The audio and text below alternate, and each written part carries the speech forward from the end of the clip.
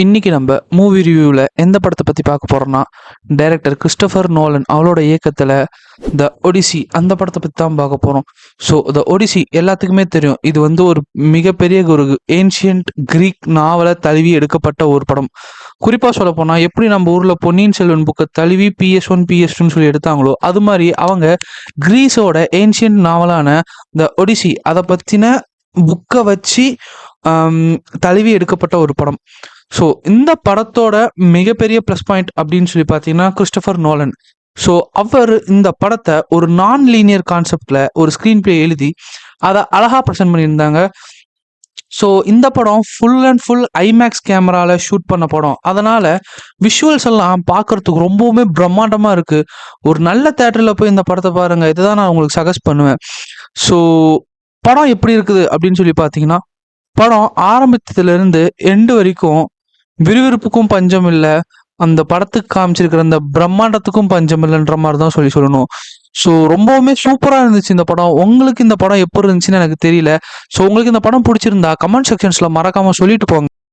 படத்தில் நடித்த எல்லாருமே அவங்களுக்கான அந்த ரோலை பர்ஃபெக்டாகவே பண்ணியிருந்தாங்க அப்படின்னு சொல்லி தான் நம்ம சொல்லணும். ஸோ இந்த படத்தோட ஒரு சின்ன பிளாட் மட்டும் சொல்லிடுறேன். ஸோ அதை வச்சு தான் இந்த படமே ஃபுல்லாக ட்ராவல் ஆகும். ஒடிசிஸ் அப்படின்ற ஒருத்தர் அவரோட ராஜா கோசரம் சண்டைக்கு போறாரு. போனவர் திருப்பி ரொம்ப வருஷமாயும் ரிட்டர்ன் வரல. ஸோ அந்த போன ராஜா என்ன ஆனாரு, போருக்கு போன ஒடிசிஸ் என்ன ஆனாங்க, மற்ற வீரர்கள் என்ன ஆனாங்க அப்படின்றது தான் கதையே. ஸோ இந்த கதை எப்படி வரும் அப்படின்னு சொல்லி பார்த்தீங்கன்னா, ஒடிசிஸோட பையன் ஒடிசிஸை தேடி போகிற மாதிரியும், அப்போ அவங்க அப்பா கூட போரில் மிஞ்சினவங்க யாராச்சும் இருக்காங்களான்னு சொல்லி அவங்ககிட்ட விசாரணை நடத்துகிற மாதிரியும், ஸோ இவங்களோட அந்த அரண்மனையை வந்து ஷூட்டர்ஸ் அப்படின்னு சொல்ல போகிற அந்த கொள்ளையர்கள் இந்த மாதிரி வச்சுக்கலாமா, அவங்களாம் வந்து ஆக்கிரமிச்சுக்கிற மாதிரின்ற மாதிரி தான் கதை. ஸோ திரும்ப ஒடிசிஸ் வந்தாரா உயிரோட, என்ன ஆனாரு அப்படின்றது தான் மீதி கதையே. ஸோ இந்த படத்தில் நிறையா பிரம்மாண்டமான ட்விஸ்டர்ஸ்லாம் இருக்குது அப்படின்னு தான் சொல்லணும். ஸோ இந்த படத்தை நீங்கள் வந்து நல்ல எக்ஸ்பீரியன்ஸ் பண்ணுற மாதிரி இருந்தால் ஒரு நல்ல சவுண்ட் குவாலிட்டியில் ஒரு தேட்டரில் போய் உட்காந்து நல்லா ஒரு சென்டர் சீட்டாக பார்த்து பிடிச்சி உக்காருங்க. அப்போ தான் படம் வந்து பார்க்குறதுக்கே உண்மையிலே சூப்பராக இருக்கும். So master of screenplay master Christopher Nolan அப்படின்னு தான் சொல்லி ஆகணும்.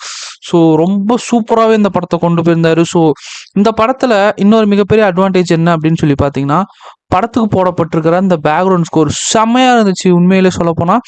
அண்ட் ரெண்டாவதாக பார்த்தீங்கன்னா, படத்தில் இருக்கிற அந்த இன்டென்ஸான சீன்ஸ் எல்லாம் ரொம்பவுமே சூப்பராக கேரி பண்ணிட்டு போயிருப்பாங்க. இன்ட்ரல் பிளாக்ல வர ஃபைட் சீன் ஆகட்டும், கிளைமேக்ஸில் வர ஃபைட் சீன் ஆகட்டும், அந்த ரிவீலிங் பாயிண்ட்ஸ் எல்லாம் இருக்குது இல்லையா, அதெல்லாமே வந்து ஒரு மாதிரி நமக்கு ஆட்டோமேட்டிக்காக கூஸ் பம்ப்ஸ் வர மாதிரி தான் இருந்துச்சு.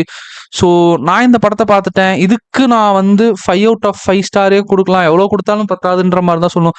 எப்படி ஒரு மனுஷனால் இந்த மாதிரி ஸ்டோரிஸ் எல்லாம் எடுத்து இந்த மாதிரி அழகாக கொண்டு போக முடியுன்றதெல்லாம் இவர்கிட்ட தான் கற்றுக்கணும். ஸோ இந்த படம் இன்னைக்கு தான் ரிலீஸ் ஆயிருக்குது. அதாவது நேற்று ரிலீஸ் ஆச்சு. நான் நைட் ஷோ போயிட்டு இப்போ நைட் 2:15 வந்து வீடியோ ரெக்கார்ட் பண்ணிட்டு இருக்கிறேன். காலையில் இல்லை மதியானம் இல்லை சாயந்தரத்துக்குள்ள உங்களுக்கு வந்துடும்.